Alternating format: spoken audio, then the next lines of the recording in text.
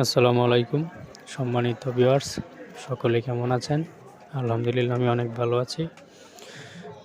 আমার মেশিনে আর কিছু ডিম ফুটছে, যা এখন আমি বোর্ডিংয়ের জন্য আনলাম। আলহামদুলিল্লাহ মোটামুটি সুস্থ স্বাভাবিকই আছে। তবে ডিম দিছিলাম 250, এর মধ্যে ডিম ফুটছে মোট 130 পিস। যাই হোক, আমার লসই হইলেও এতটা না, তবে আলহামদুলিল্লাহ মোটামুটি ভালো ফুটছে।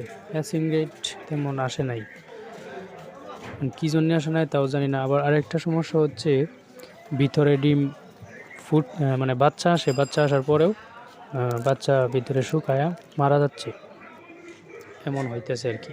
জানি না আর কারো কি এমন হইতেছে কি না। মানে আমার তো আর কোনো অভিজ্ঞতা নাই, নতুন অভিজ্ঞতায় ব্যবহার করলাম নিজের একটা মেশিন। যাই হোক, আল্লাহ ভরসা, সামনে আগামীতে দেখি কি হয়। আর কিছু বাচ্চা আমি সেল করছিলাম 80 পিস, আর কিছু বাচ্চা আমি এখন নতুন করে বোর্ডিং করে দিলাম। সবাই আমার জন্য দোয়া করবেন ভাই,